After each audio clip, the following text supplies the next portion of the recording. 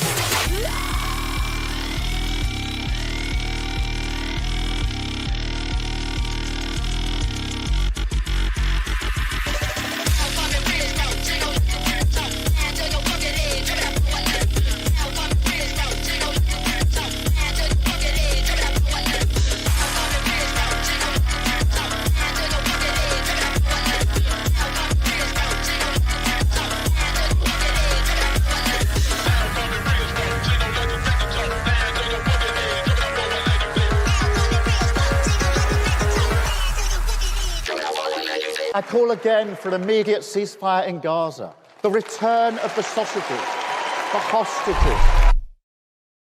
Wow. What a year. Base video. John, I can't believe all of that happened this year. Oh, man. I forgot about Maduro challenging Elon Musk to a fight. Elon Musk. That was one of my favorite moments. He called him a donkey at one point. He called him a bunch of names. We gotta go back and look at the transcript there. But crazy year all the way around. Nick, what do you think? Yeah, this has been a crazy but also very depressing year, because this is a year where we've seen Israel spend on their greater Israel project using the most violent means possible. So it's been very hard to reflect on this year positively, but there have been some funny moments and some good moments at the same time. The fact that us four together and we all have booming audiences is one of the good news of the times, because one of the stories that I found most amusing is how liberal media completely crashed after all their credibility has been ruined after Donald Trump won. They pretend that Donald Trump was the biggest fascist that we ever see in our country. They said it will be the end of our democracy. And Sarah, Garland, John, isn't it funny they said it will be the end of our democracy? And now they're talking about Democrats' plans for 2028.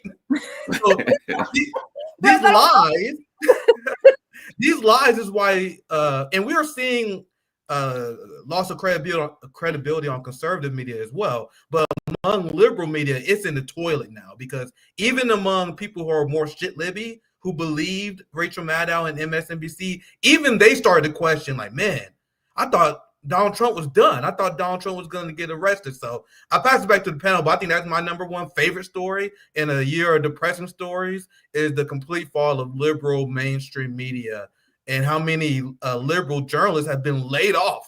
The only time you ever see me celebrating anyone getting laid off, corporate media being laid off.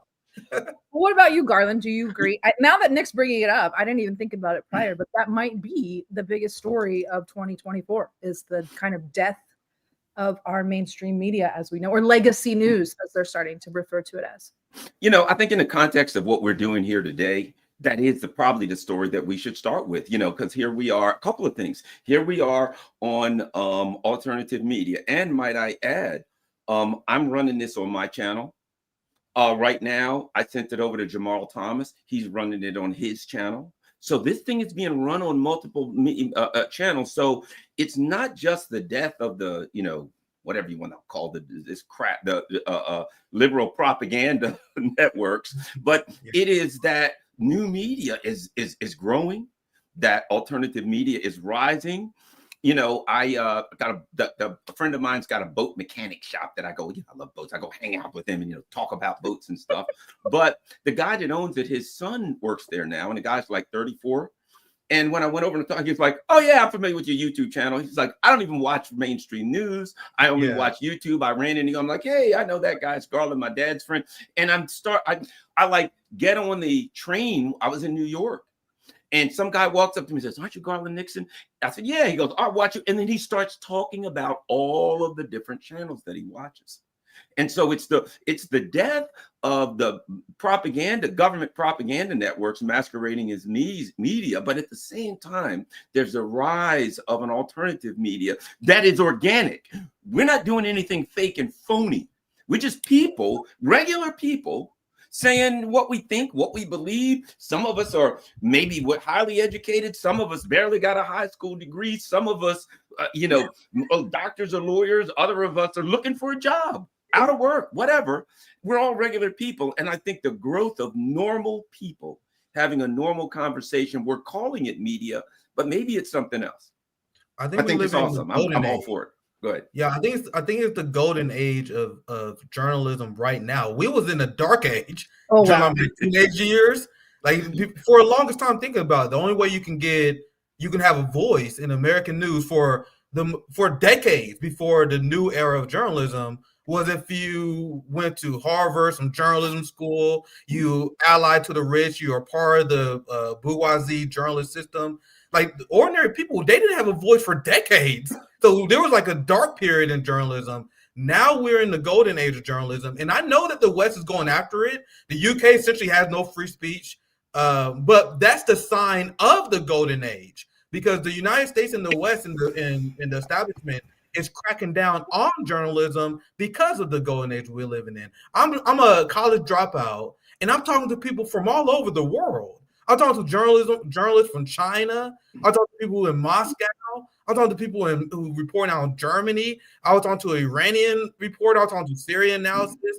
I was talking to Venezuelan analysis. People from Brazil who when have an uneducated Black kid from the Midwest ever been in a situation where I can talk to people all over the world and get American propaganda shattered, which I have. So even if not everyone's gonna be like a Savvy Savs, you know what I mean? I would be a Garland Nixon, a Jimmy Dore, but I highly implore that people engage in citizen journalism, because this has been an amazing experience for me, even though I don't have a giant channel, because I'm talking to people all over the world. I'm talking to Garland Nixon, Sarah, John here, and it's a great experiment. for not just the working class, but anyone who want to see the current ruling class overthrown. And they relied on us being isolated from each other. And we're in an era, at least until they strip it away, because I think it's coming. Like, I think the United States quickly want to become the UK and Germany, where free speech is gone. But while we have it, we got to enjoy it. I think it's a great time.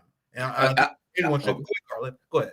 Let me add something else. What's interesting is, if you look at the state of the media, you know, the CNN, MSNBCs, the state of the Democratic Party, they're in exactly the same state, right?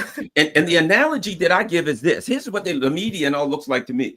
You know, it's like there's a famous picture of Mike Tyson when he got kind of screwed up in the head and finally lost to Buster Douglas of all people, right? And the picture is he got hit, wham, excuse me. He's laying on the floor, disoriented, and his mouthpiece had came out, and he's trying to find his mouthpiece, right? And basically, the representation is he's been hit in the head, and he's completely disoriented, and he doesn't know what to do next, right? That's the Democratic Party. That's the media. They're laying on the mat, reaching for their mouthpiece. We'll go have dinner with Trump. And Morning Joe goes to have dinner with Trump. Well, what happens? Their loyal followers go bananas on him. Oh crap, that's not going to work. We'll change this up. You know, so they're trying everything they can. They have no clue what to do to come back, because it's the very mindset that they have. You know, when you hear excuses, perfect example, you hear excuses from the Democratic Party, the Democrats. Why did they lose? Well, the black voters voted for Trump because they're a bunch of misogynist racists and they can't stand, a woman, right? Oh, so it's their fault. Well, what about the Latinos? Chuck Fraud the other day said, well, the thing about the Latinos, you know, they come from countries with dictators and authoritarian rulers, so they're fine with dictators and author. In other words, you know, their minds are, you know, for dictators and authoritarian. It's everybody's fault.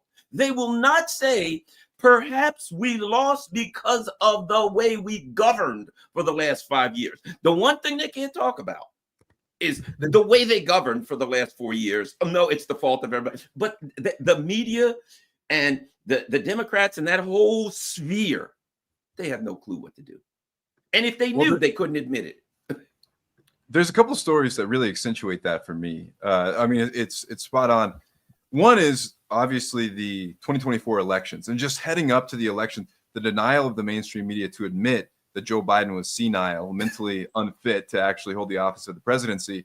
All of a sudden they do a 180 and say, oh, we're going to have Kamala Harris in now because, you know, are you guys crazy? Like, clearly Joe Biden is senile.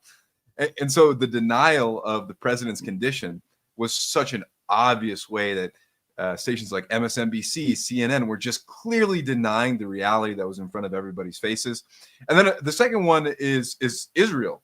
I think that the war on Palestine and the contradictions there, not being able to piece it together for the American people, while you're having some of the liberal media feign this sympathy toward the genocide that's unfolding on the Palestinians, you're also still having them justify like the US's bombing raids on Yemen. And then not to mention this other just more blanket denial of reality, which is the economic conditions of the American workers.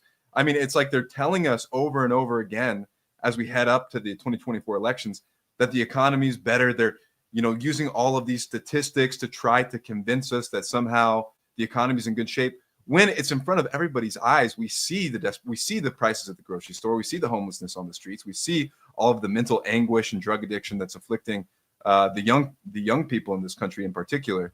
And so just that like general denial of reality and how insulting the mainstream media has been to the intelligence of the average person. I think that those few things are really what stand out to me.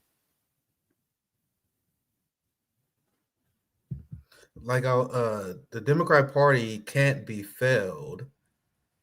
They can't fail. You only can fail the Democrat Party. They will never accept responsibility for where they at right now. And that's, I see a segment to your point, John, where they were saying, well, the economy was so great, it's just Americans didn't feel it. What do you think the economy means? Like, I'm very confused with these metrics they use, because I've seen all these metrics showing a boom in homelessness. I'm seeing these metrics are showing a boom of Americans who are suffering from medical debt, including people in my family. I used to sell cars. I saw the number because I still watch the market all the time. I can't help myself. I saw a number where there's a record. It's like a far away record amount of people who are upside down on their car loan. Like, it's just small indicators like that show that this fantasy of GDP and Wall Street being an indicator of the economy is completely fiction. And I'm glad people are starting to wake up and starting to acknowledge that the metrics that we use is completely garbage. Another metric that I'd like to point out to liberals who are confused about why people are upset about the economy. Ignore all the like hardcore number metrics I just threw at you. How do people feel about the future? How optimistic they are about the future? In America, they feel there is no chance the government will ever address their problems. When you ask Americans how they feel about the optimism about the future, it's nil. It's non-existent. That's why you always get all these doomsday cults and all these doomsday preppers in the United States. It's Coney 2012, Y2J. It's always something because people are just naturally pessimistic. Now compare that to China. And I got a lot of the chuds angry on Twitter because I had the audacity to praise China and Xi Jinping, which I will never apologize for, because the difference is astounding. Xi Jinping, on his New Year's speech they usually give, I watched it and I was blown away because it was just him talking about infrastructure projects, feeding families, how we're going to house more families, how we're going to increase the quality of life for the Chinese citizen. Compare that to what you hear from Trump, what you hear from Biden. It's nothing but culture wars. It's nothing but culture wars. Who are we going to bomb? Who are we going to invade? Who are we going to fight? Oh, the radical left. Oh, the radical right. Hate your neighbor. You got the difference between the Chinese model and the American model is astounding, which shows why Chinese people, they have an optimistic view of the future. They live in like the Jetsons. We're the we're Flintstones, and people don't realize it. Well, you talked about what do we think about this sort of revolution, the second tech bro revolution that we're going on? Because you're talking about the future. The future that I'm seeing now is pretty bleak as I watch this sort of bourgeois, fascist tech bro takeover that's kind of started with the H-1B. We're calling it the MAGA Civil War, and this sort of I keep on saying it. I'll say it again. This literal, that textbook definition of fascism as Elon makes his moves to take over our government. Well, let me say a comment real quick on what Nick was saying, and that is, in a broad sense, here's the way I would put it: the gaslighting's not working anymore, and they don't know what else to do because everybody's like, "Hey, man, I can't afford to live." Oh, well, all you need to do is go to this website. We got pie charts there. We got graphs, and that'll show you that everything's wonderful. Ignore your maxed out credit cards. Ignore the fact that there's a sheriff outside about to serve a summons to throw you out of your house. That stuff's not important. Go to this website, and you'll know that all is well. Oh, by the way, you go to our other website, it'll tell you that the Russians are fighting with shovels, and they ran out of missiles 3 months into the war. All this crap of lies, right? And their cult, like the people who are diehard Democrats in the cult still believe that stuff, but the rest of the world's like, yeah, I think we're going to go in another direction here. And they don't know what to do. And even that's why even now, why'd you lose? When people like us listen, I don't care what it is, we listen to members of the Democratic Party say why they lost. We just shake our heads and we say, you can't be fixed. Because, there's problems. So I used to teach problem solving models, and they start with like, you use the acronym DEFINE. It starts with, every problem model starts with some form of define the problem. Before you can address any problem, you have to define, you have to understand the problem, and then you can start all kinds of other things, right? Evaluating alternatives and blah, blah, blah, right? But my point being, to watch these people, the whole liberal sphere as it is, that the things that they did seem preposterous to us. I mean, you got to add this, and this is part of what you're saying. We could look at Joe Biden, and like when they were telling us, hey, Joe Biden, this is the best Joe Biden ever. For the last 4 years, we've been saying this guy's out of his mind, right? Then they bring Kamala Harris, and then they act like they're shocked. They put them up to a debate, and they're like, oh, this is shocking and amazing. I can't believe this guy's having some mental problems. Who could have possibly saw that coming? And everybody in alternative media has been screaming at the top of their lungs since before he got elected in 2020 that the guy's done. Then they bring on Kamala Harris. I literally had people say to me, diehard Democrats, yes, she's highly educated, she's smart, she's brilliant. And I'd listen to her babbling and cackling. Just, it was mind-numbing to listen to this woman. And I'm like, how did she get through law school? She's the stupidest person I've heard. She can't answer a single sentence. I want you guys to tell me if I'm wrong. The only question I ever heard her answer the whole time is when they said, will you do anything different than Joe Biden? And she said, I can't think of anything. That was an answer. Not a good one, but it was an answer. The rest of the time, it was Americans have aspirations and the significance of the future of these aspirations in that way. And we're like, what the hell? So the gaslighting that Joe Biden, he's smart, Kamala Harris is smart. Ooh, we've got a new poll in Iowa that says Trump is down by 120 points and there's only 100 points to go. You know, and now people are just like, I'm sorry, you lied to us. You gaslit us over and over and over. And even a lot of the Democrats are pissed because I knew people that literally, they're like, oh no, that Trump has no chance. This is over. It's going to be a blowout. And they had them convinced of that. And after it was over, they're like, what happened? So, hey, I really think that what we're talking about here, part of what we're talking about is a collapse of entire institutions. The liberal institutions have collapsed, at least in the mind of the working class and the masses who used to have some respect. It used to be this person went to Harvard and Yale. Oh, wow, Harvard and Yale, they must be smart. Now we're like, well, that's the last person I want to listen to. Yeah, right. Please take them away from me. Yeah, look what they've done. Look how it worked out, being everything run by the Harvard and Yale graduates.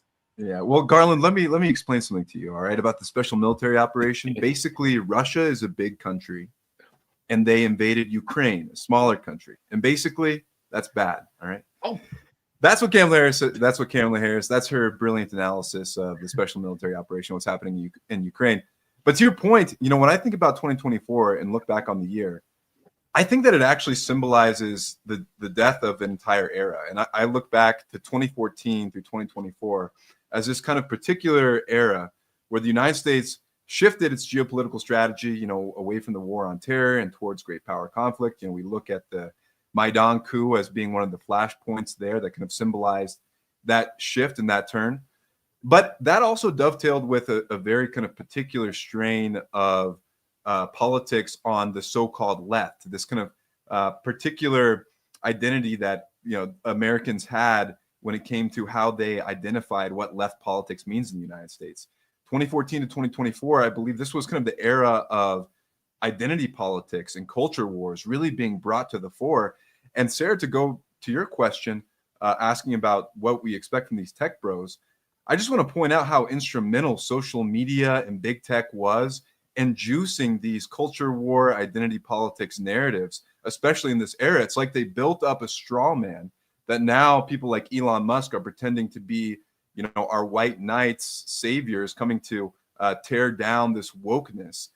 And what I think is that we're in a fundamentally, materially new phase of opportunity for the left, because I think, to your point, this identity politics, liberalism that is associated in the minds of many Americans with being the left has been utterly defeated. And so I think this opens up a whole new opportunity for us to build a populist movement. But what I also expect in this new era is that there will continue to be efforts to divert populist forces one way or another. And we're already seeing this today with Elon, you know, the H-1B discussion, right? Of course, there's very legitimate critiques of H-1B, and we've made a number of them. We're seeing a number of them online, but they're also riddled with and colored by this, you know, racism in particular towards Indians that a lot of people on the right wing are promoting. And these are the posts that are often getting boosted, right? Just this crazy talk about why Indians are so bad without any material analysis of actually how this is impacting the American working class. So I expect in this new Trump administration for these kind of right-wing populists, for the big tech monopolies to try to divert that populist sentiment towards more racism, more identity politics. And I expect that to be one of the defining features of this new administration. Yeah, there's going to be a lot of Trump loyalists, people who made their channel and their Twitter profiles off of Donald Trump. They have two choices: continue the grift or get real. Because I talked about the liberal corporate media, but I think we talked about this with Sarah before, where there's actually a new mainstream media among Twitter and X, where people are benefited and rewarded for bootlicking Donald Trump. Like if you post a picture of Donald Trump at assassination, like this is a true hero, Elon gonna boost that shit to get 50,000 likes. You think people haven't realized that? So there's this very clear and apparent media complex that is built around stroking Donald Trump and MAGA ego. These are like people like Tucker Carlson, they fall into this as well because they will have good critiques on some things, but they have to polish Trump's turd at the end. So that's the new mainstream media, because we just talked about how MSNBC is irrelevant, and they are. NPR is irrelevant. The people I'm talking about is highly relevant. The people who are misleading workers into thinking that Trump has their side, even though he doesn't. The Ben Shapiro wing of MAGA is the most influential and dominant. There's no anti-establishment wing of MAGA. There's Ben Shapiro and there's Elon Musk. And there are a lot of Donald Trump supporters who are like, oh my God, I can't believe Donald Trump sided with Elon Musk over my poor white ass. What do you think is going to happen? And now there's going to be a lot of people who go through this reality. The problem is we got to go through this new mainstream media, the popular mainstream media, the Tim Pool types, who will continue to gaslight these people, even though Donald Trump is outright betraying them, and he's doing it even before he take office, just based on who he's picking, based on his backtracking. And that's something that we will have to continue to fight in this new era, is because obviously MAGA has a giant political capital right now. And if you are someone who's just looking for a career, looking for money, especially since Elon paying out, it's very easy just to do propaganda for that side. So that's something that we got to confront as well. I want to go just through a couple of super chats here. So thank you so much, Cletus, for the donation. We also have Klaus. Thank you so much. Yeah. And then a question from John Freese, which I think is a good one. Any thoughts on how the populist left in America can build a united front? So sorry, Garland, definitely go ahead, but I'm interested to kind of run this question by the two of you. Well, what you're doing is important. I'll tell you why too, because what we're seeing is people who in alternative media, what you did was just important, because if you notice something, all of us who run it, look in the chat.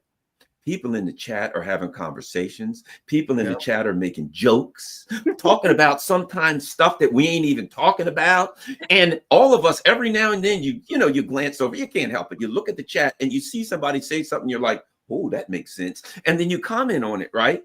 And so that's what you just did was important, because if you're watching Fox or MSNBC, you're not part of that conversation.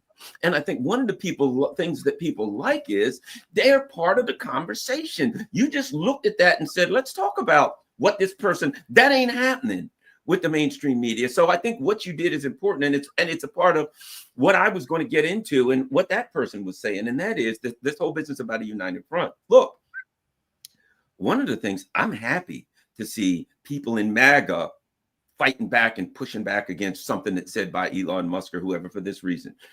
Oftentimes what I think oftentimes is we're looking at a lot of battles between various factions of the ruling elite, right? And now the tech bro libertarian faction, of the Musks and the Teals and this Ramaswamis, that's a faction of the ruling elite, new money, etc., right? So they're like, well, we got it now. Before it was the whoever, maybe military industrial complex, maybe Wall Street, or the people who do mining and oil. Okay, those are factions of the ruling elite. So now the tech bro libertarians are like, we got the steering wheel now. We're in charge, right? What I'm glad is that somebody in MAGA, whether I agree with it or not, pushed back and said, no, we don't agree with you. We'll fight. Yeah. It was because what the liberal media wants to say, and I keep using this word liberal media, people always think you're on the right. I'm to the left of all of them. But what they want to say is the whole MAGA movement and all is just like the Democratic Party.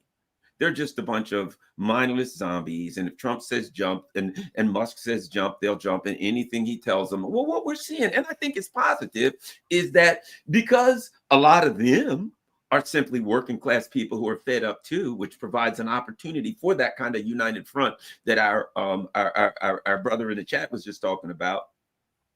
They get pissed if they don't get what they want. So even in, people thought, well, Trump has it made now. For 4 years, he can do anything he wants. Well, you know what? There's a lot of people in MAGA who are hurting economically, and they voted. I know people who've been Democrats their whole life who voted for Trump, Black folks. And why? Because they're like, man, everything's too high. Any port in a storm. I'll try anything well, a lot of those people, they ain't just going to do anything that they're told. And as soon as one of the so-called leaders, Elon Musk or Ramaswamy, steps in a direction they don't like, they're going to start throwing punches at him. Good. The working class people, I don't care who they support, whether I like them or not, working class people out here, if the people that are supposedly in charge start doing things they don't want or going back against their word or whatever, they need to start throwing blows. And I mean, I'm not saying the whole, I'm not saying Luigi style, because I'm opposed to violence, which is another huge story, I might add. But you get my point. Another story, Luigi is a major story.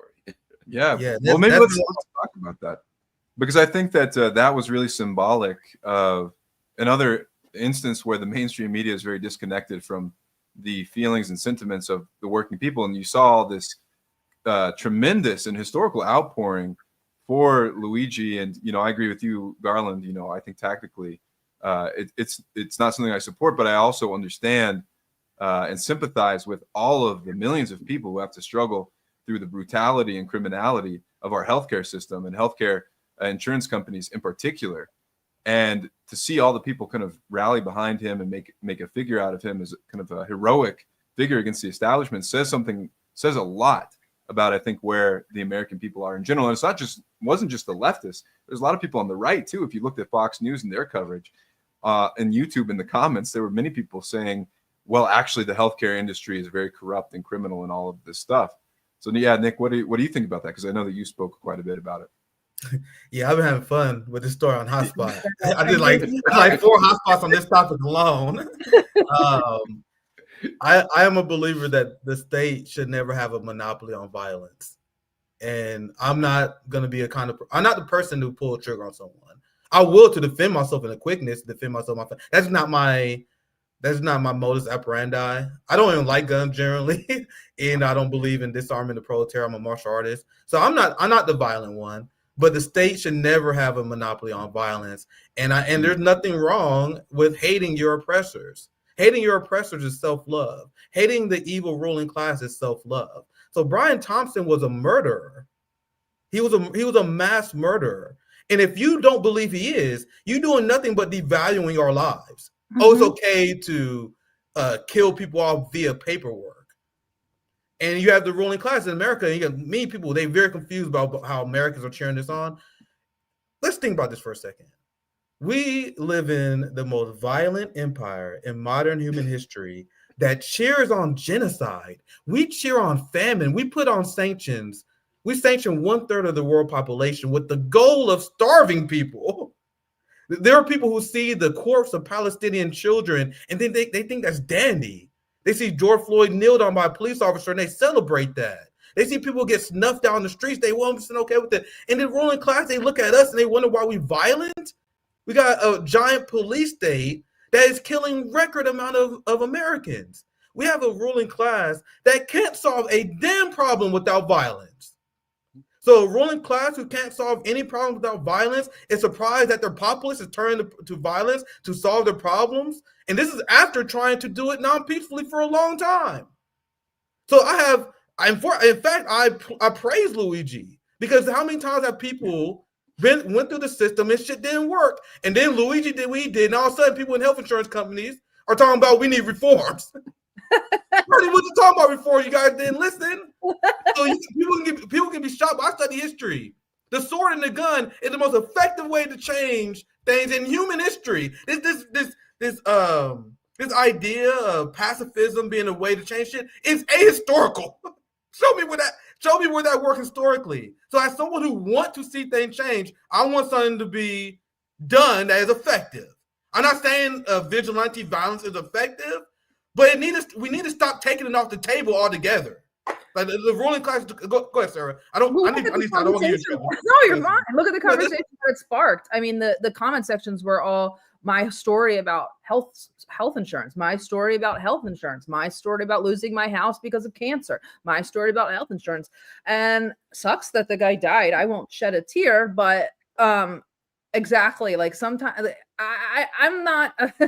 I'm with Nick. I'm not like I'm not afraid of violence or the use of violence to, I don't want to say to get what you want, but to further the revolutionary cause. Like that's just, you have to be willing to go to those lengths, and you can't be ashamed when you say, okay, Luigi may have done a good thing, and then you can't back down from that, but you have to be able to explain why it was a good thing. I mean, I have a mother that was paralyzed by an operation, and she was kicked out of rehabilitation after like a month and a half because her insurance was like, that's it. Like she was paralyzed on half her body. So no, I'm not going to shed a tear for a health insurance mogul. And I hope this or health insurance CEO. And I hope that this has, probably won't, but maybe in other industry CEOs will be like, we're next, because that's the idea that we want to convey, is that you're next. I had a viral tweet where I explained, because I said earlier, I can't emphasize this enough, especially after that rant. I'm probably not the guy to do it. I'm not naturally violent. You know what I mean? I know how to fight. I pride myself on that, but I'm not a violent person. What I'm saying is that the most deranged, the most violent among us, how about stop gangbanging? How about stop shooting up schools and focus on the enemy? That's all I'm saying. Yes. I'm not saying I would do it. I'm not saying I'm endorsing it, but I want less school shootings. I want more Brian Thompsons. That's the only thing I'm saying. Today, I even got in a conversation with one of these, I won't mention his name because I don't want to, but whatever, one of the larger, one of the new mainstream, this new moneyed, weird crypto scammer / Twitter Roddy, I guess. I don't know what to call them. I call them the Twitter Roddy because they're like the Twitter conspiracy JQers. And I said, when are you going to, this is the first time I've ever gotten to speak to him. And I said, when are you going to stop focusing on the whites and start talking about the working class? And everybody was like, what? Like, this is some revolutionary thought. And I was like, we need less of these populist demagogues that are just screaming about the Jews, and more of this more of this working class solidarity. And so I'm just glad that kind of Luigi spurred that conversation along, and people like you really pick up torches like that and then just absolutely run with it, because that's the stuff that really needs to be highlighted. Also, just so everybody know, I just checked. We're running on 3. We're running here. We're running on my channel, DD Politics, and Jamal Thomas and Garland Nixon. And we just hit 500. We got 500 people watching right now between the 3 channels. So that's awesome. Here's the other thing I think that's 300 on RB, by the way, too. We have you run on RB. Wow. 4,000 total right now. 4,005 viewers total right now. Wow. It's going up. It's only going up. Huge numbers. So this thing that I didn't even know was this easy. So I just want to say this because Garland brought it up. I didn't even know this was possible. Garland emailed me and said, just hit me with the link. We could share it all. So let's put this out there. If we have more people that want to do stuff like this, I'm totally about it and putting it onto our channels. This is dope. Like it's really awesome, isn't it? Yeah. Well, just to throw this out there, because I think this is going to be something that's going to be going big time in now going into the next year, because Scott Ritter did this Say No to Nuclear War thing where, he had this event where all these people were speaking against nuclear war, and we ran it on a bunch of channels. And man, it had like unbelievable number of views. Then people on Twitter, and they were tweeting it towards Elon Musk and Trump and everybody. And I think this is going to be something that happens with new media where we all start saying, hey man, we got something good. Everybody share it around. Let me say this about Luigi, and I think it's important. Something you got to connect to that. January 6th. Let me tell you why. A big part of the, for God knows only why, I guess because it's a cult, but when they're running, they're like, January 6th, Trump did this, look, and then they're like, and he came in, and they wanted to hang Mike Pence, and they wanted to do bad things to AOC, she was like blocks away. I mean, how are they going to transport over to get her? Whatever the hell, but she claimed she was there, but apparently she was up the street. But the bottom line was this: the message in what turned out to be the ruling elites a Pearl Harbor moment for whatever reason, was the plebes, the working class. They don't know their place, and they came in here to do us harm. And they just thought the voters were going to be all over that and say, oh my God, we got to vote for Kamala Harris because of January 6th. And the voters were like, we don't give a damn about January 6th. And what we saw with Luigi was the voters were like, we kind of wish they had hung you. You know, we're out here tying up the ropes ourselves. We're up here sharpening up the old whatchamacallits, the what are the things the French used to cut? The guillotine. We're sharpening up the guillotines right now. So when you have to look at that and say, well, hell, no wonder January 6th didn't work for the working class. This country is one big January 6th, and the people are like, you know, we're ready to revolt. And you think that you can argue to us that we're supposed to be horrified and offended because somebody was going to come in and potentially do harm to our oppressors? That dog ain't hunting no more. So to me, you got to connect that. The ruling elite have to now, maybe, they probably won't understand that they literally are in danger, that they pushed it so damn far. You can only push people, but so far. And when you push people to the point where they're scared of starving and their children are going to be on the street and all this horror, people will turn violent. And, you know, that's where we are, I think. And I do think there's some that I think that's one of the things that have them stumbling around trying to figure out how to react to all these things that they believed. And now the reality on the ground has showed them that they were wrong about everything, and they are literally in physical danger. I mean, we got to be honest about that. Yeah. Well, I think the last big existential threat that the ruling class saw, it's been a long time since they were really in this kind of jeopardy. I mean, I look back to like the 60s and 70s where there was the specter of the Soviet Union and communism kind of haunting the ruling class. But of course, that was a much different time, like materially speaking. Generally, things were getting better for, the mass of working Americans. And so, but even back then, I look at the strategies that they used to divide and conquer, to kind of carve up the left, carve up the true populist sentiments that might have been sympathetic to ideas about socialism or anything like that. And I see that coming down the pike again.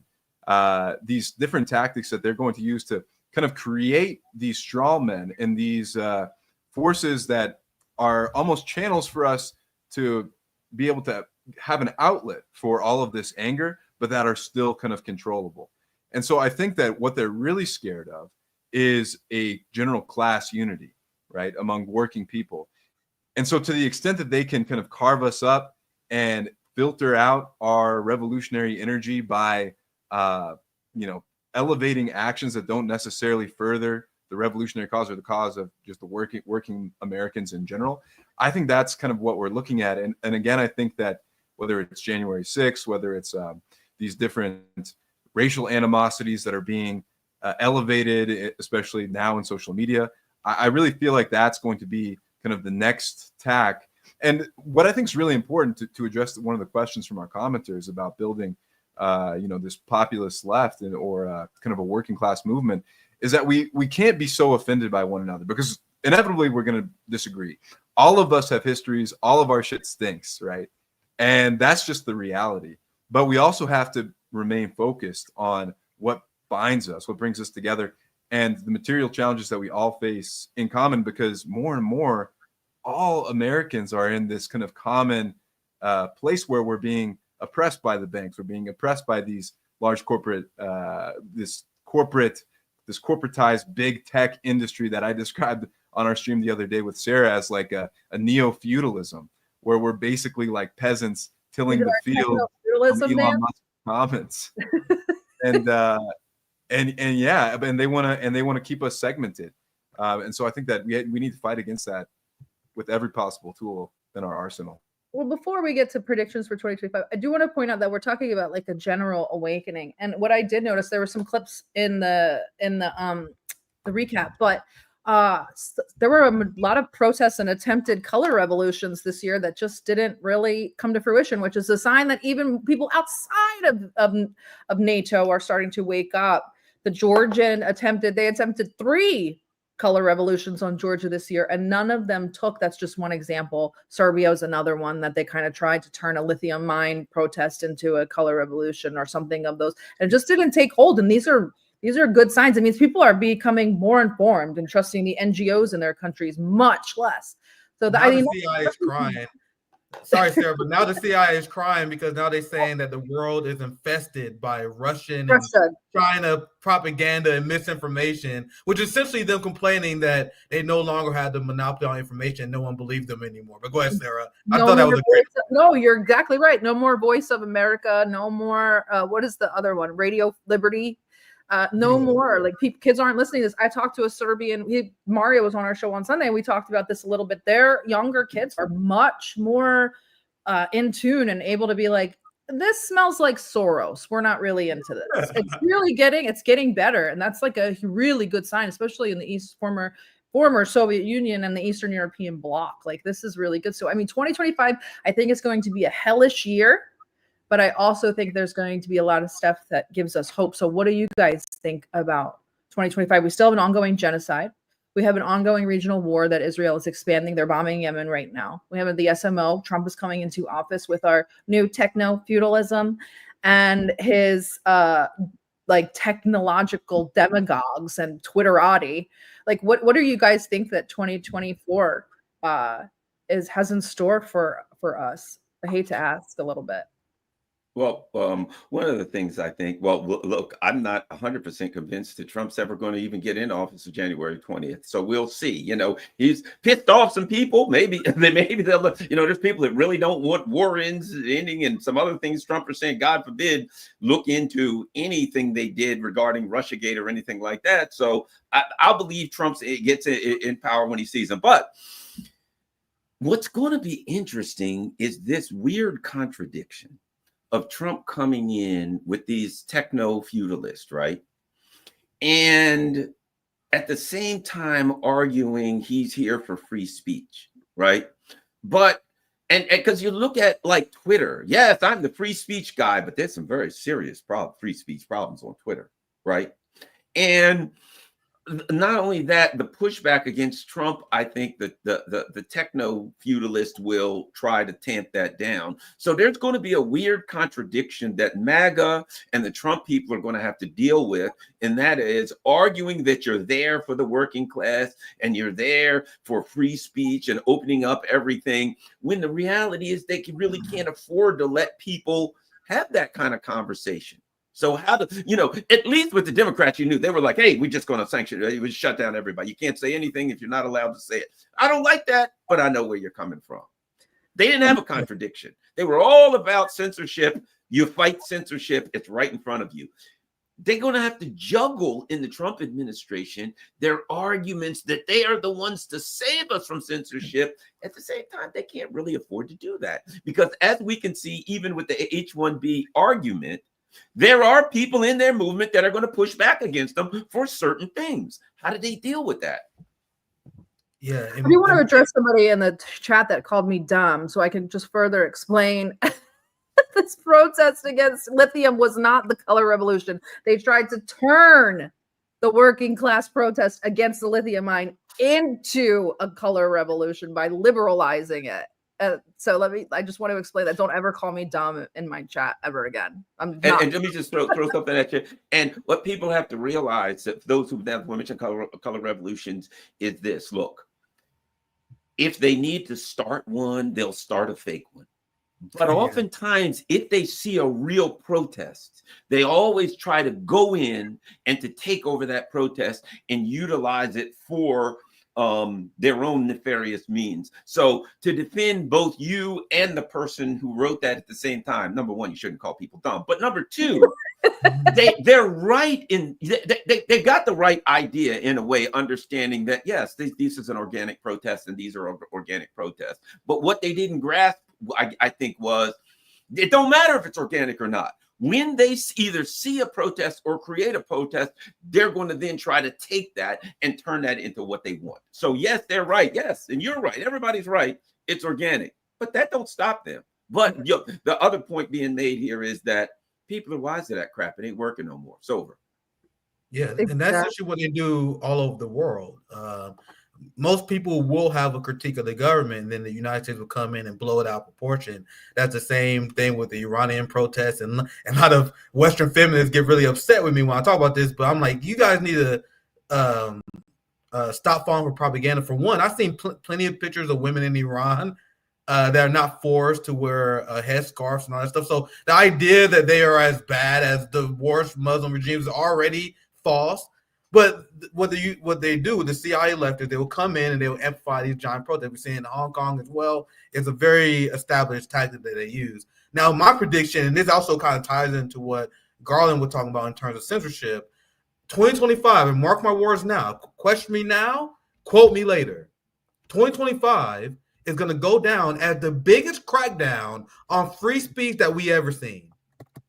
We already seen Chuck Schumer propose an anti-Semitism, combating anti-Semitism bill in the Senate. Mike Johnson has one in the House, and Donald Trump already said he's 100% on board on that. So there's going to be this clash between the tech bros and MAGA, but guys, that's nothing compared to what's coming. Because people think, and this is what I mentioned earlier, people think that Candace Owens and the Tucker Carlsons have influence. They do not. The Ben Shapiro wing of MAGA is the side of MAGA that has the most influence. So we're going to see a crackdown of likes we've never seen before against people like Candace Owens, against people like Nick Fuentes, people on the right who question Zionism. And then obviously you will see the giant crackdown on the anti-genocide, anti-imperialist left. That will be cheered on by both parties. There will even be, because I don't think highly of these people, there are going to be a lot of MAGA people who are going to cheer on socialists being arrested because they're Jew haters. That's just how America's been brainwashed into red, blue. And because of this, we're going to see the biggest crackdown of all time in terms of fighting against anti-Semitism, which essentially means any criticism of Israel. So that's what we have looking forward to. And that's why it's shocking to me, because I ran countless segments talking about the anti-Semitism psyop, like the segments they have done. And if you don't watch corporate media, I do not blame you, but I do because of what I do. So they've been running these segments on CNN and MSNBC, pretending that people are Jew hunting. And because of that, they are going to have a hardcore fascist crackdown where students are going to be expelled. People are going to lose their job. You're talking about serious state crackdown. There's going to be schools that will have their funds pulled if they don't expel students for protesting against the state of Israel. And maybe my last thing I'll say, and I'll pass to you, girl. I think you want to chime in. No, go ahead. You understand that many of these students, they're not even radical like me. No. They're not even fucking. I believe in a one-state solution. I don't believe the Zionists should be trusted with a state. I think that's the only correct solution because that's how we solve South African apartheid. Did we create two states in South Africa? No. So the only solution is to have one state, equal rights under the law. You guys understand that none of the students are even protesting for that. No. The students are protesting so their schools would divest from Israel. And to add to that point, Nick, about the free speech crackdown, it is coming.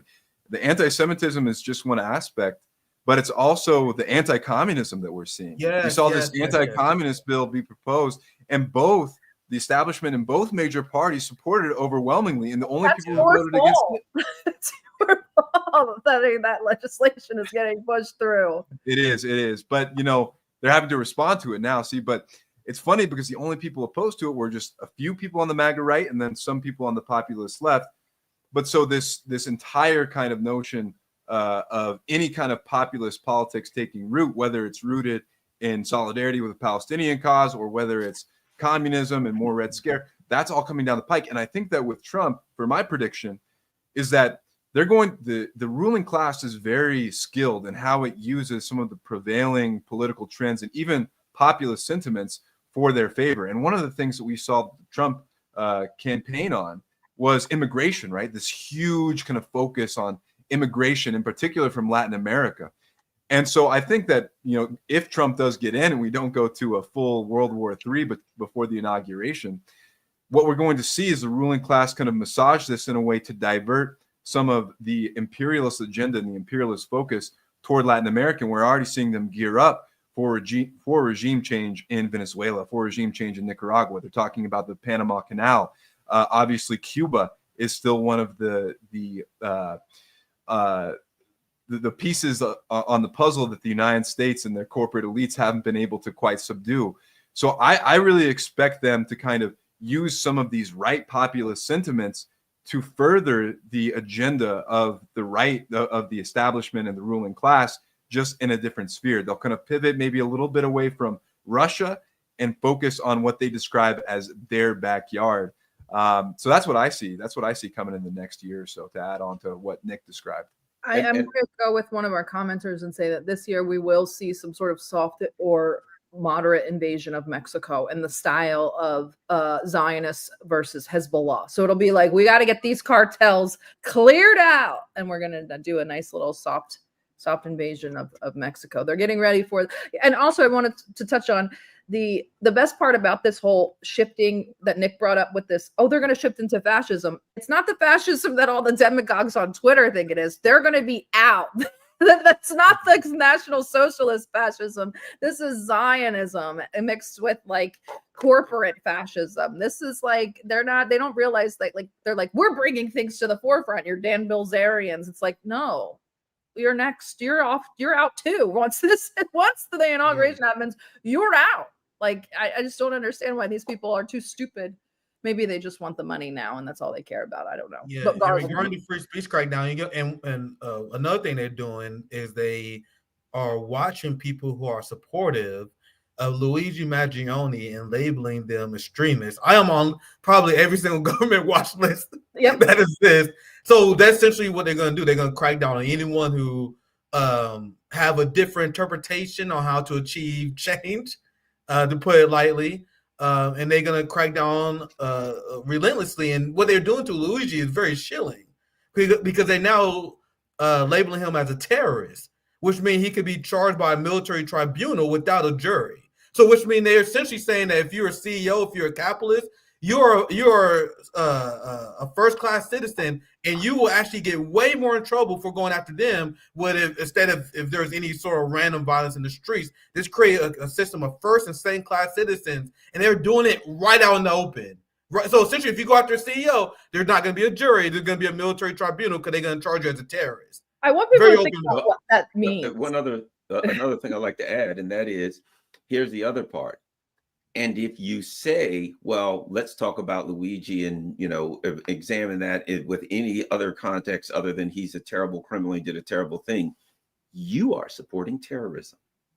So they call him a terrorist. That way, if you're on Twitter, whatever, Facebook, you name it, if they can now go after, utilize that, even more importantly than using terrorism against him, they can use that and call you a supporter of terrorism. They can now say you've got a organization that's nonprofit. We're going to revoke your nonprofit status because you're a supporter of terrorism, because you said, well, we got to talk about Luigi in a context other than criminality. Let's talk about supporting terrorism. So that's something that can be used against you, because it gets back to what Nick was saying a second ago. Look, the Democrats are in. They've got to throw everybody off Twitter and Facebook. Why? Russia. You're a Russian bot. Everything's about Russia. That's why we're doing all of our sanctioning, to stop us from the evil Russia. That was their grift. It was all Russia was the tool that they used for all of their throwing everybody off social media, etc. Right? Just a new one. No, that's terrible. The Trump people. That's horrible. How can you throw people off social media for Russia? Now Israel. That's what we need to. So all they're going to do is exchange Russia for Israel as the reason they use to go after everybody. And here's what they know. The Democrats will be 100% on board with that.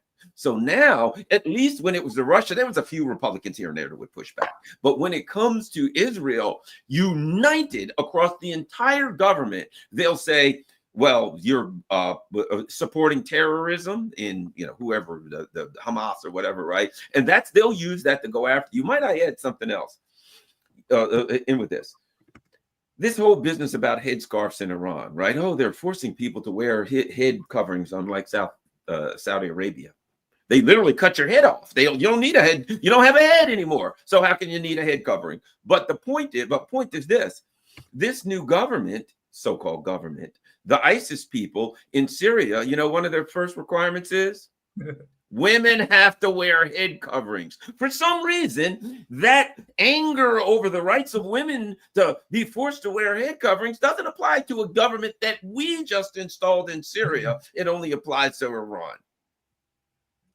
I have a Hotspot video I'm coming out on this regarding how the new Syrian government, I call them woke Al-Qaeda, they're begging the United States. De-ISIS. What you call them? De-ISIS. Like that. De-ISIS. That's good. They're begging the United States to convince Israel to have a friendly relationship with them. Wow. So you have Israel who's literally demilitarizing the country and seizing the lands, and the response of woke Al-Qaeda, ISIS, I'm still in that. They're responding to ask the United States to have Israel become their friend. It's a complete cuckery. And regarding your comment, maybe the last thing I'll say, what Garland said, I'm glad a lot of people picking up on this terrorist thing. It's been something that many people have been behind a very long time. Like, they will just call you a terrorist supporter if you support Hamas, which shows that there's no actually arbitrary metrics that they use to define a terrorist. I always say, how will you guys define a terror? How will you define terrorism? Is it when you break the law? Because if you define terrorism based on who break the law, that means Israel is the greatest terrorist state that ever existed. In fact, if you base your definition on terrorism based on the law, Joe Biden's a terrorist because he's violating Lay's law. So are you using laws, or are you using your feelings? Because if you're using law, which is what I use, and I probably shouldn't do it because the laws are written by Western white societies. But using the law established on the books that white people wrote, not my radical ass, not my ghetto ass. You guys wrote the laws. And the laws that you guys wrote, if someone is illegally occupying your lands, you have the right to armed resistance. So according to the law, Hamas did nothing wrong. People say Hamas are terrorists because they were successful at resistance. They said, well, do you know what happened at 9/11? Yes, a successful military operation. You have the right to armed resistance, not failed armed resistance. So based on not only morality, intellectually, but legally, calling Hamas terrorists is inaccurate. But they call them terrorists anyway because they want to silence people who are calling out the West, because the West are the people who are in rebellion against international law. Because throughout this entire process, Hamas has always asked international courts to try them and hold their people responsible as Israel and the West rebel against them. So who's really the terrorist, my friends? Yeah. Sorry for that rant. Go ahead, Sarah. Real quick, that whole terrorism thing, in my point, is going to be not the terrorism to go after them. It's going to be used to this part, supporting terrorism. They'll come up with new laws about supporting terrorism. If you support terrorism, you can't do this, you can't do that. We can throw you in jail. You lose all your rights and you can become a terrorist supporter. And now you don't have your constitutional rights. It will be all about that. That will just be a ruse. So they can say, and that way, Venezuela, they'll say, you know what, Maduro's a terrorist. And if you say, well, I don't think we should overthrow the government. You're supporting terrorism. You're thrown off YouTube. You can be arrested. It's going to be just now. The game is going to be every one of the targets of the U.S. empire will be labeled a terrorist, and none of us will be able to push back in any way against any of their imperial machinations around the world. And if we do, we'll be labeled a supporter of terrorists and lose all of our at that point. That's when you start to lose your constitutional rights, and they get around the Constitution. And like Nick was saying, that's pure fascism. That's the game. How do you get the fascism? You're supporting terrorists, you lose your rights. Boom, there we're there. Yep. Yeah, that's a great point, Garland. It shows the confluence too of the war on terror now merged with great power conflict, right? Where after the Patriot Act, 9/11, terrorism became this magic word that you could use to circumvent all of the civil rights and things that we expect. Patriot Act, yeah, right. And watch for 2025 when the war on drugs and the war on terror merge for the war on Mexico. Watch this, because those cartels will be labeled terrorist organizations and they're bringing drugs into the country.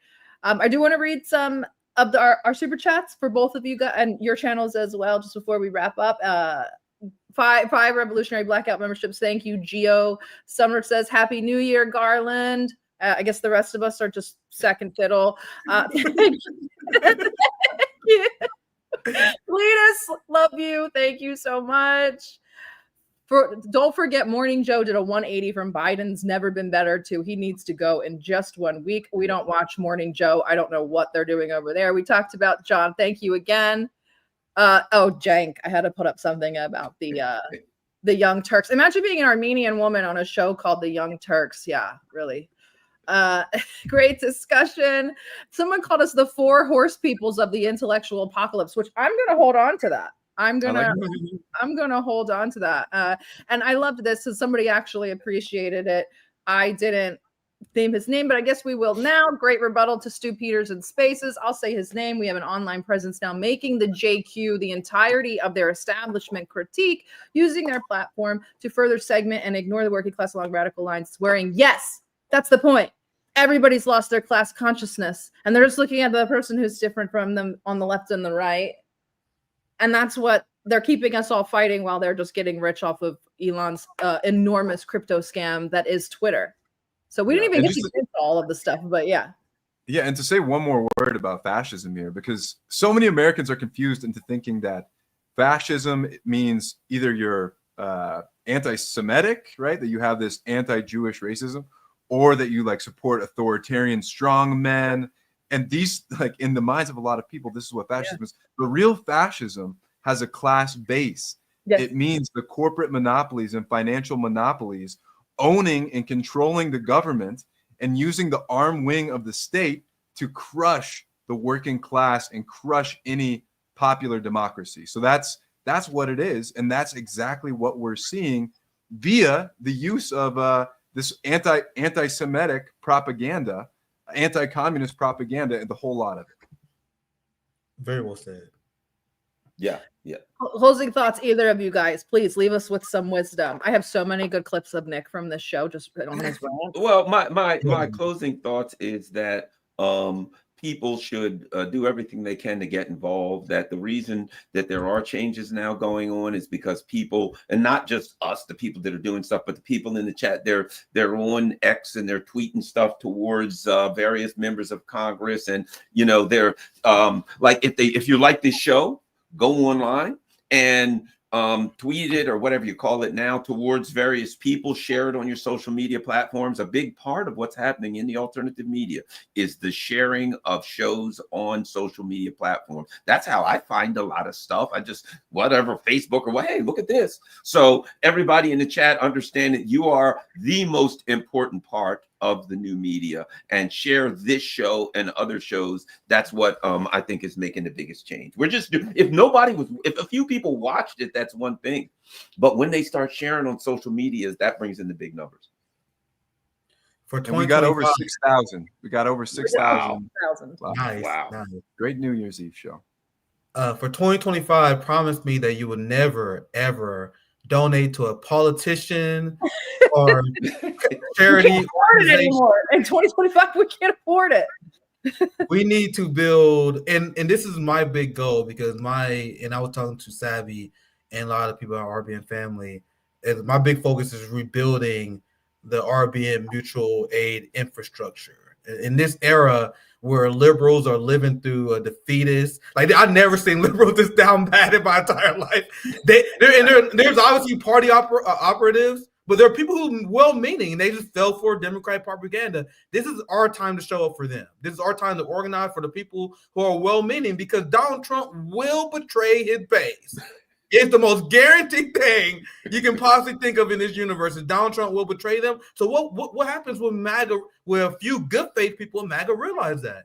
We got to be here to organize among our class lines and make life for ourselves better, because I seen this last year was depressing, and then I ended on here because I seen the axis of resistance be completely destroyed. Well, they was crumbled, and that is factually speaking. And someone supported the axis of resistance. So our goal is to oppose the fascist scores known as Zionism at home.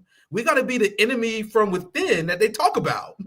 because there's not going to be no axis of resistance. There's not going to be some magical outsiders to help us to dethrone this empire. We got to put it upon ourselves. So more than content, more than anything else, I want to organize. I want to have a real anti-establishment resistance, which I'm glad that, once again, John, ACP, they doing a good job at that. DD Geopolitics is doing a good job educating people. Garland Nixon. This is the community that we need to build. We need to completely reject the two-party duopoly culture war nonsense and start organizing against our criminal ruling class. Period. I got to make one quick statement. Go ahead. You know, I'll go back to this. I had a caller about a radio show in D.C., and they said, "Well, you're always criticizing the Democratic Party, and you should think of a way to save them and to fix them." And I said, "You don't understand, pal. I'm not the cure. I'm the disease. I'm not trying to save them and fix them." And what we have to do, because there's a propensity, there's an inclination amongst inclination to try to save some kind of a dying system. And I'm like, the system's oppressing you. It's killing you. It's impoverishing you. Don't try to save it. It ain't gonna. You're just going to get started back where you were before and get the same thing over again. You need fundamental, foundational, revolutionary, whatever word you want to use. We need significant systemic change. So stop. Don't be misled and inclined into, we got to tweak the system and change the management, and everything will just work out fine if we can just fix this little part of the system. Be a part of foundational, fundamental change, and we have to demand it, and not just demand it because the ruling elite's not going to give it to you. You got to create it. We got to get together and we got to create and support the system that we want, but don't try to tweak and save a system that's grinding you into the ground. That's the note we need to end on. We need to do this more often. This was really good. We ought to do it weekly. This is great. This is let's do it weekly. Oh my God, another weekly show. We have 2 other weekly shows coming out. Oh, this is we will talk. And you know what we all need to work on? Finding other channels and friends so we can run it weekly, and we can get this on like 20, 25 channels. Like a truly, like I keep using this term now, alternative news network. We need to build that, where what happens if we do this weekly and we got this on 25 channels and we got 20, 30, 50,000 viewers, other people are going to start doing it. And so that's something we can build on, I think. So I'm all for that. I'm available to you guys. We're going to get us all arrested. Well, that's coming anyway. You might as well do it right. You might as well enjoy it. Go down swinging. Vanguard of getting arrested in prison for fascism. So thank you both for helping us end the year on a very high note. But I want to know what you both have in store coming up. I definitely look forward to that. Revolutionary Blackout Network is still down. That's the whole idea of RBN was I seen the independent media apparatus filled with shit lips. So we had this idea of creating this radical media organization, and as we built RBN because we was like, man, no one is doing this shit. But as we was building RBN, you guys built DD Geopolitics. Garland Nixon was doing the same. So we all had the same idea at the same time. So it's great that we're able to link up. Roundtable Thursday, that's essentially what we plan on doing here too. We always bring different voices on, and we're gonna have amazing guests line up on our roundtables. Me, JB, Savvy. We have. I'm trying to remember the guest we have for this week. Dr. CBS. She's a banger. She's a great guest, intellectual. She will be joining us for the roundtable on Thursday. Post Duopoly show is Friday. So once again, this is what I want to do. RBN bring different channels together. Post Duopoly is the show I have with Due Distance, Heartland Media. We come together, do a roundtable podcast. We do that about once a month. So I was off YouTube. I took a break for streaming for about 3 weeks. So we will be back. I will be back starting technically today with this stream and with the roundtable on Thursday and Post Duopoly show on Friday. So people hit me up like, Nick, where you going? I got to take a few days off, man. This shit, you needed it was killing me. It's been nonstop for 4 years, so I had to take a break. I'll be back. This is my returning stream technically. But Thursday and Friday, we got great shows coming on RBN. Make sure you guys subscribe to Revolutionary Blackout Network. We need all the help because I don't know if you guys saw that. They took 3,000 of our subscribers during my break. They just shaved 3,000 of them off. Every time we gain 1,000 subscribers, they take 2,000 off. So we are getting fucked in the algorithm. So if you guys want to help us out, it'd be deeply appreciated. So I appreciate it. We'll get it on the Telegram as well. And Garland, and you.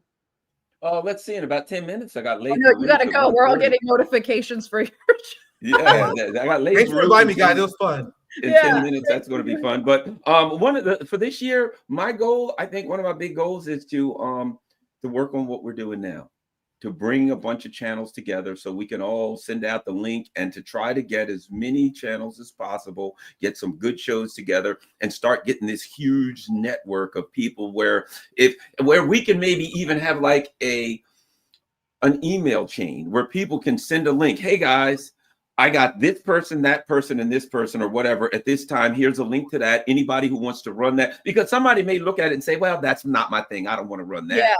And then now we're starting to get a bunch of people together where you're sending out links and we're all getting various content to run and stuff we can choose from. And before you know it, you're running like 24 hours a day darn near, because everybody's putting something in and these channels are just blowing up. And we almost have like a news network where somebody can go on and they're like, well, crap, man, it's 7 o'clock, Nick's on, 8 o'clock, Garland's on, DD5, this person's on at 9, and they got stuff constantly to choose from. I think that's the direction things are going, and that's what I'm pushing for in the new year.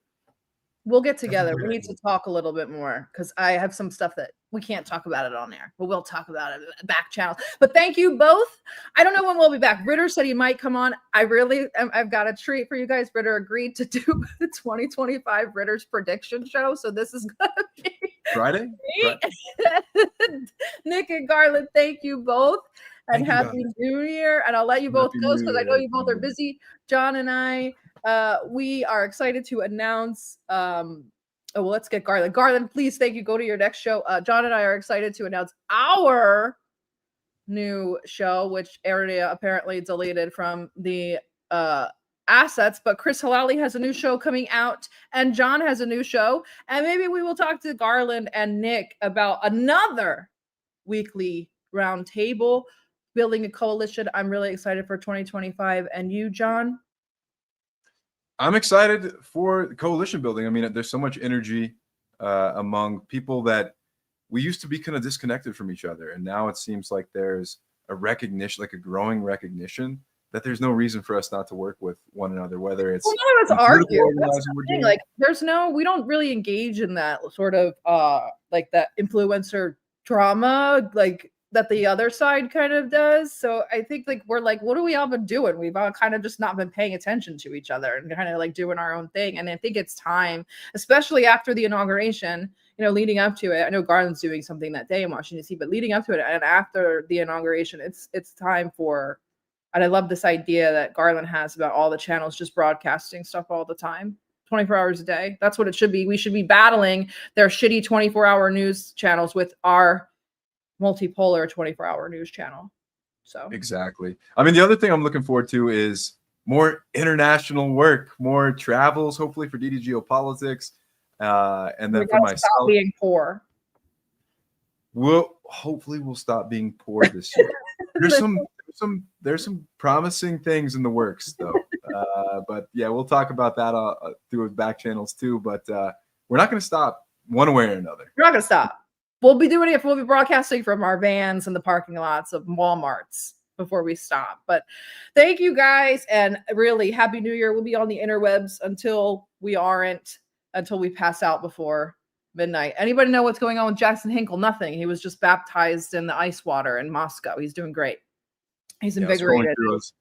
Girlfriend, having a great time. He's doing great. He's still kicking. Still kicking. He's still alive. He's alive and well. Well, thank you both, or thank you, and thank you all for watching. And we will see you probably Friday with Scott Ritter. And Happy New Year. Happy New Year, everybody.